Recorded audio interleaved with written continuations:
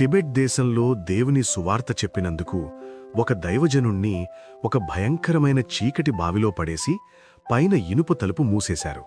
ఆ బావిలో ఎన్నో ఏళ్లుగా చనిపోయిన వారి ఎముకలున్నాయి.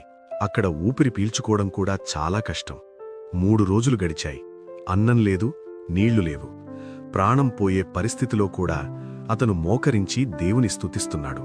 3వ రోజు రాత్రి అకస్మాత్తుగా బావి పైన మూసి ఉన్న ఇనుప తలుపు తెరుచుకునే శబ్దం అతనికి వినిపించింది. పైనుండి ఒక లావటి తాడు కిందకొచ్చింది.